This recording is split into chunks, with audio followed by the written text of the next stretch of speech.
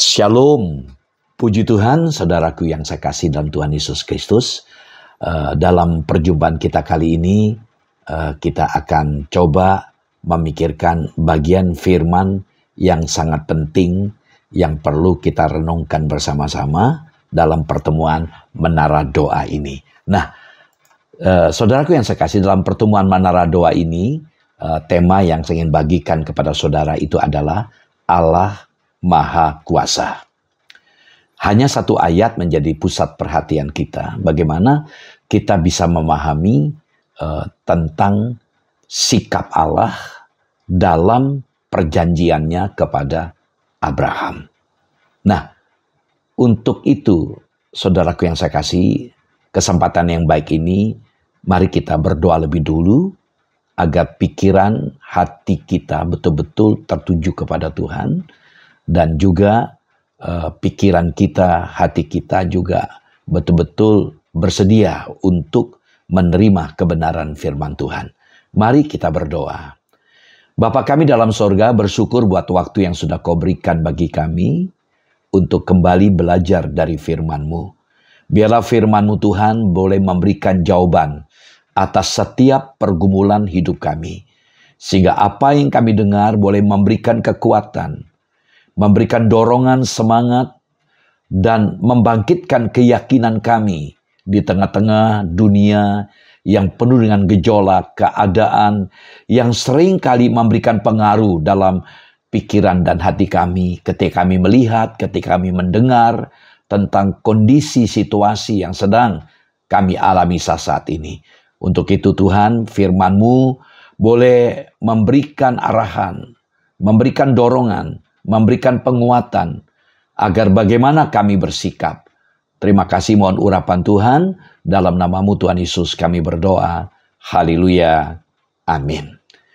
Puji Tuhan, saudaraku yang saya kasih, mungkin ada di antara kita yang sedang mengkhawatirkan hal-hal yang sedang digumuli, baik dalam pekerjaan, dalam keluarga, dalam pendidikan anak-anak. Ya, sangatlah wajar karena memang dunia kita sekarang ini menawarkan begitu banyak ya janji-janji kosong dan godaan-godaan yang akhirnya hanya akan berujung pada hal yang tidak baik.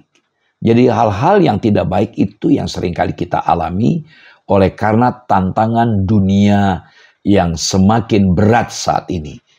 Ya, tidak ada ketakutan dan kekhawatiran bagi kita yang hidup dalam Kristus. Itulah prinsip. Kita tidak takut menghadapi masa depan. Baik bagi kita maupun bagi keluarga, termasuk anak-anak kita.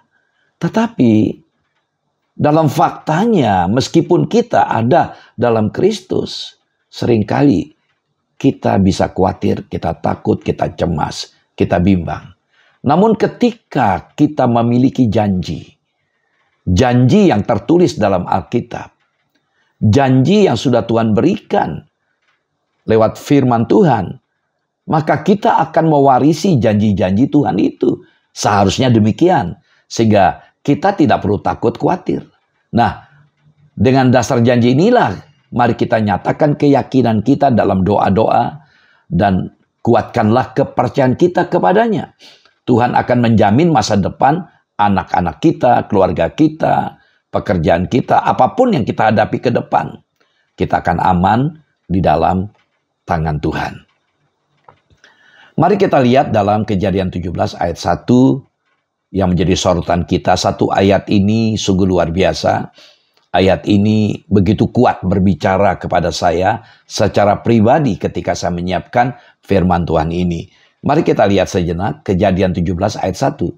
Ketika Abram berumur 99 tahun, maka Tuhan menampakkan diri kepada Abram dan berfirman kepadanya, "Akulah Allah yang Maha Kuasa. Hiduplah di hadapanku dengan tidak bercela." Demikianlah sabda Tuhan. Diberkati yang membaca, mendengarkan, serta merenungkan dan menerapkan firman Tuhan dalam kehidupan sehari-hari.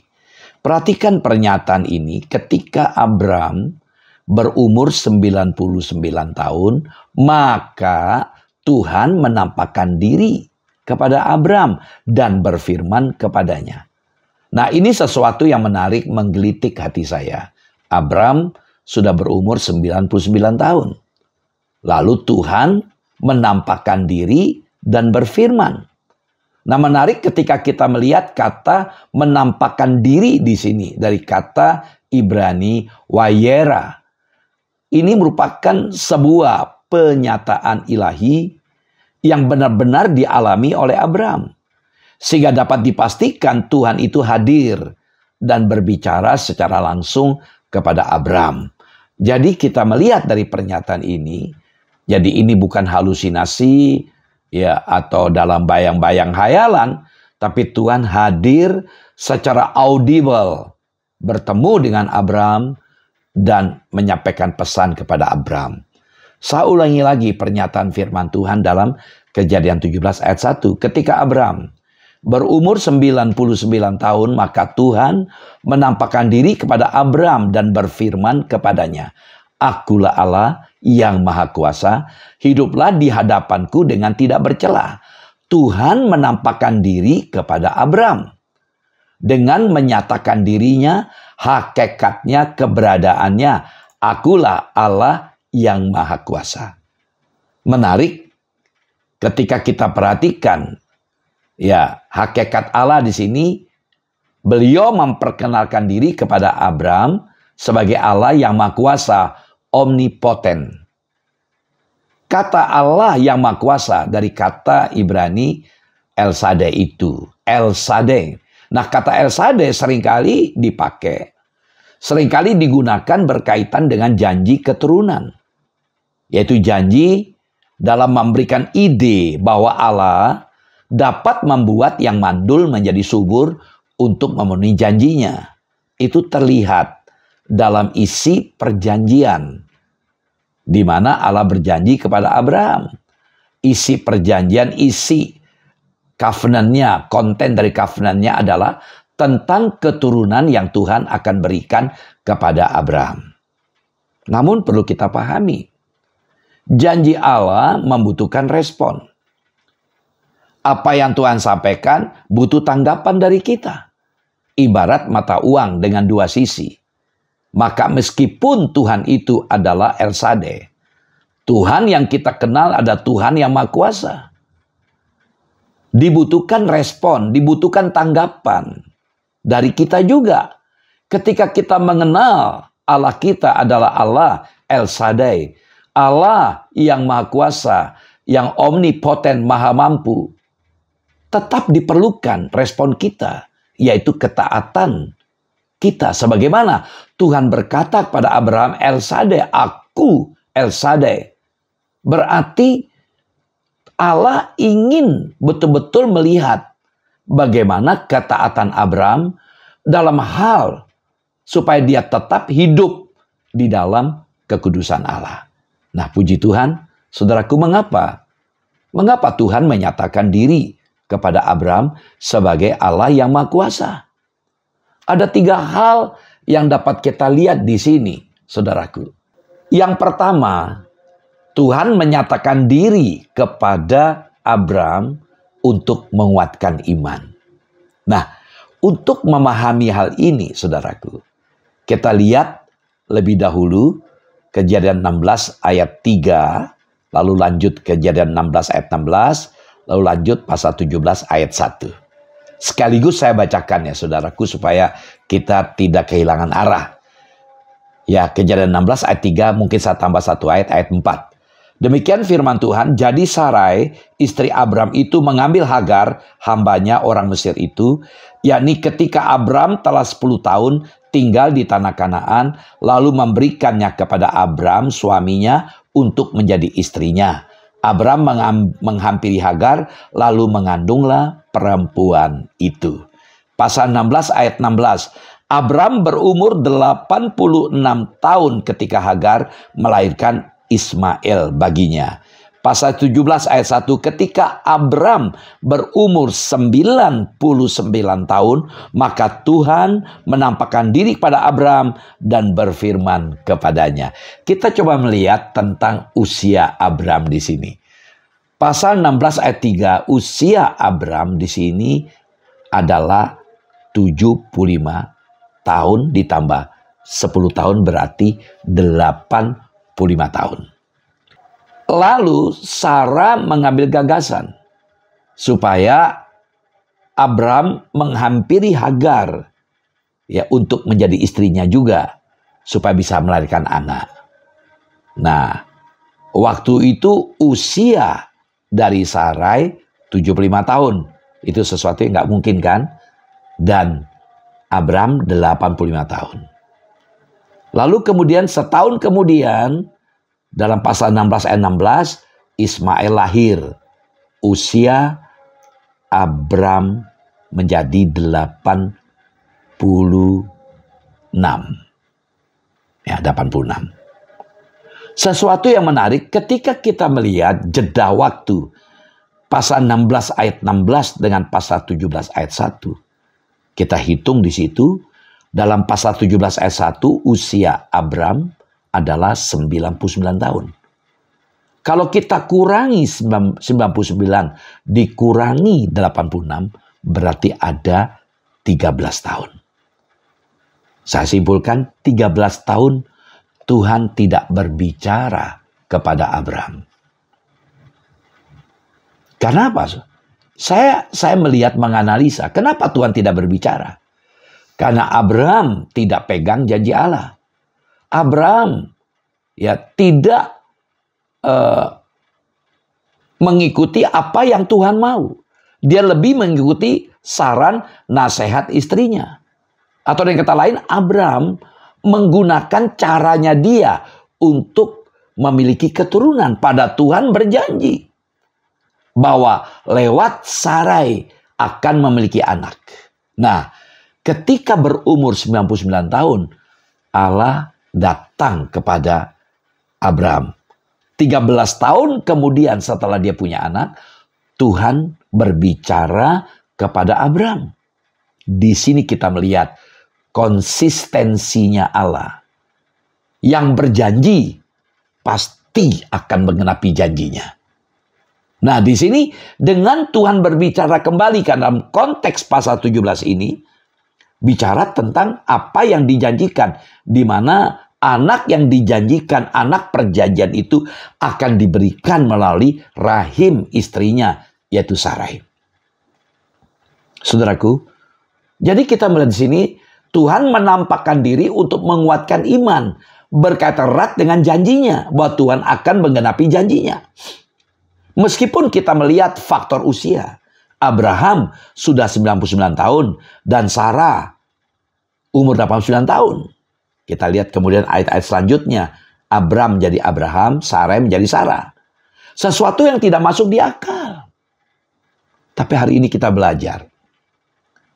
Tuhan datangi Abram yang kemudian diubah nama menjadi Abraham, ya, supaya Abraham tetap memiliki keyakinan sesuai dengan namanya, Bapa dari segala bangsa. Saudara, apa yang kita pelajari dari yang pertama ini? Tuhan menghampiri Abram yang kemudian jadi Abraham. Ya.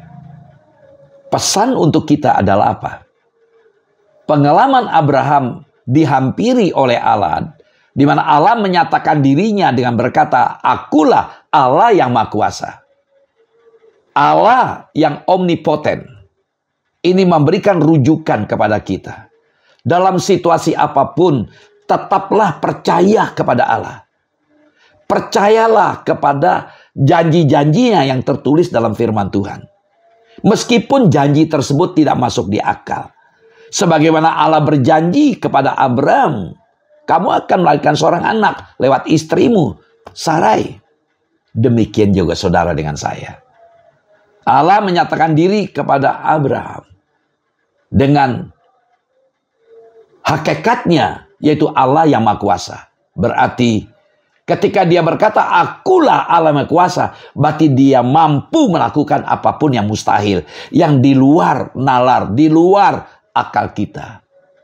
Berhentilah untuk khawatir, berhentilah untuk cemas, berhentilah untuk menyalahkan keadaan, berhentilah untuk mempersoalkan situasi atau kondisi apapun. Lihatlah Allah yang berjanji. janjinya pasti digenapi untuk kita.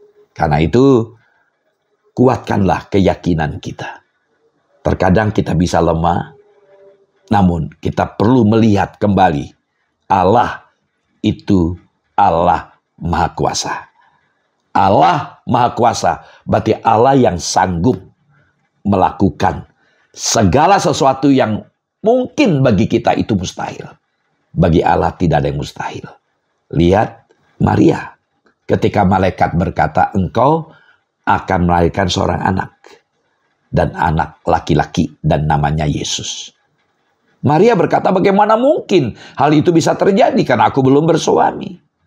Dalam teks yang lebih tepat, bagaimana mungkin hal itu bisa terjadi karena aku belum, maaf, tanda petik, belum diapa-apain oleh tunanganku Yusuf. Artinya Maria masih gadis. Nggak mungkinlah aku bisa punya anak karena aku belum disentuh oleh tunanganku. Tapi Tuhan berkata Roh Kudus yang memungkinkan itu. Sehingga keluarlah pernyataan bagi Tuhan tidak ada yang mustahil. Mari kita belajar hal ini.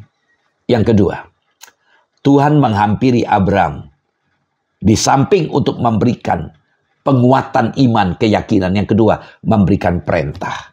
Apa perintahnya? Kita lihat kembali Kejadian 17 ayat 1. Hiduplah di hadapanku dengan tidak bercela. Menarik, hiduplah di hadapanku dengan tidak bercela. Dalam versi bahasa Inggris NIV, New International Version, dan juga New American Standard Bible, hiduplah di hadapanku diterjemahkan berjalanlah di hadapanku. Memang dalam teks bahasa Inggris kata hidup seringkali diterjemahkan berjalan. Dari teks bahasa aslinya. Berjalanlah di hadapanku.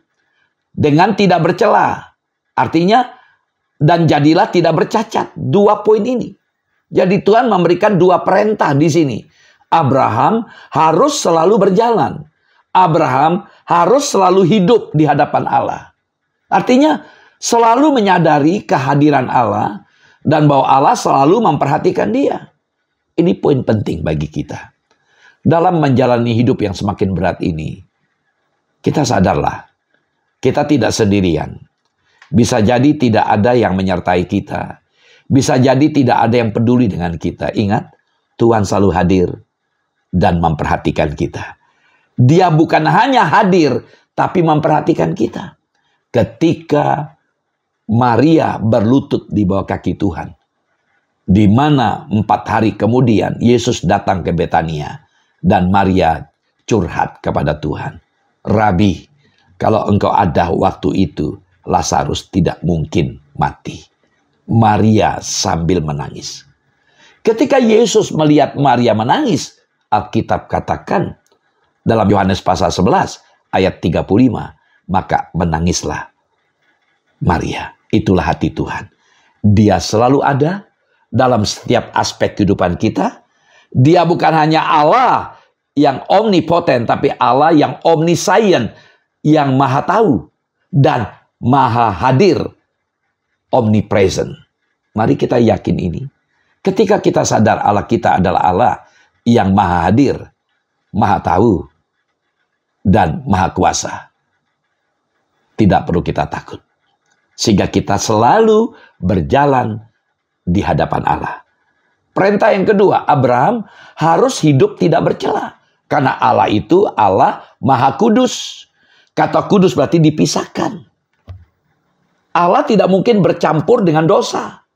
Karena itu Allah minta Abraham untuk hidup tak bercela. Jaga diri supaya tetap kudus. Supaya Allah bisa membangun hubungan relasi dengan Abraham. Mari kita belajar juga. Begitu banyak godaan-godaan ketika doa kita tidak dijawab. Begitu banyak hal yang kita hadapi ketika kita harus bergumul dan kita berdoa dan berdoa dan berdoa. Apa yang kita doakan tidak pernah terwujud. Lalu ada tawaran-tawaran yang menyimpang dari kebenaran firman. Bisakah kita menjaga kekudusan kita dengan hidup tidak bercela? Ya. Ingat, firman Allah untuk kita taati di dunia ini. Bukan di bulan atau di sorga. Mari kita belajar taat. Saudara, Allah terus-menerus mengulangi perjanjiannya kepada Abraham.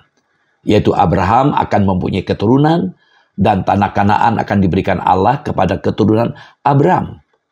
Allah mengikat perjanjian dengan sebuah tuntutan bahwa Abraham harus hidup taat sesuai dengan kehendaknya, hidup tak bercela. Marilah kita menunjukkan kesetiaan kita dan ketaatan kita kepada Allah. Karena Dia Allah setia dan tidak pernah ingkar janji. Setiap pergumulan hidup kita justru harus dilihat sebagai ujian iman. Dengan demikian kita dapat mengatasi persoalan-persoalan hidup kita.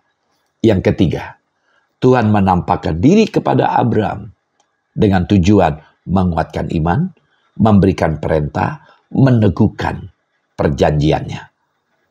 Kalau kita amati kembali dalam Kejadian 17 ini, kita melihat menemukan ini perjumpaan yang ketiga kali kata Rat tentang keturunan.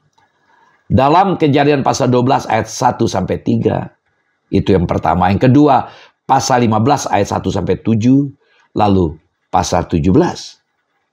Jadi perjanjian itu harus diteguhkan berkali-kali. Allah tahu betapa lemahnya iman kita pada janjinya. Bahkan seringkali kita lupa. Kita tidak ingat.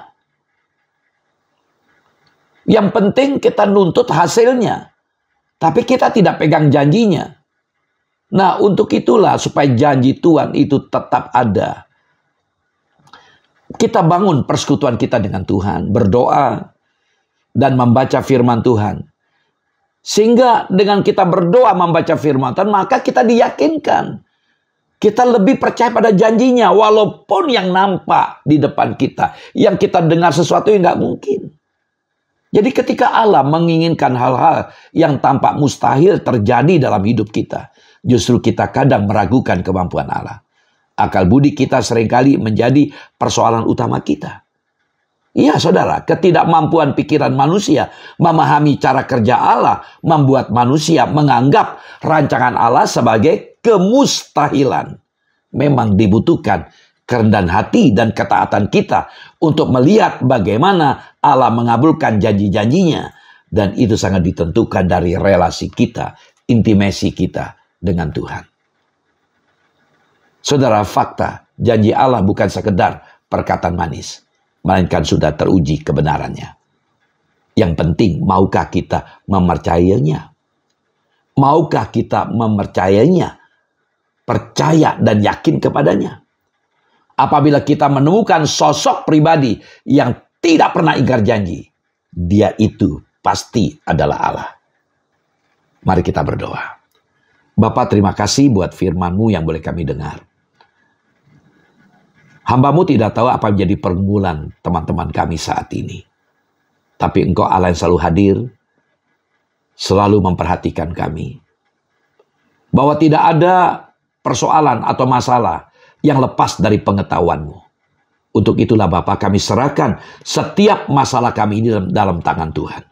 Biarlah Engkau ambil bagian, ikut campur, berkarya, menolong setiap kami. Ketika kami lemah, Engkau kuatkan iman kami. Ketika kami ingin menyimpang, Engkau berikan perintah untuk kami tetap selalu hadir di hadapan-Mu dan hidup tidak bercelah. Ketika kami mulai lemah, takut, dan khawatir, Engkau teguhkan kami kembali melalui firman-Mu. Lewat kehadiran-Mu, melalui persekutuan kami dengan Engkau. Engkau jamah setiap kami Tuhan. Dalam nama-Mu Tuhan Yesus, berkat Tuhan menyertai setiap kami. Siapapun kami yang mengikuti firman Tuhan ini, Engkau berkati. Dalam nama-Mu Tuhan Yesus, kami sudah berdoa. Haleluya. Amin. Shalom. Tuhan Yesus memberkati.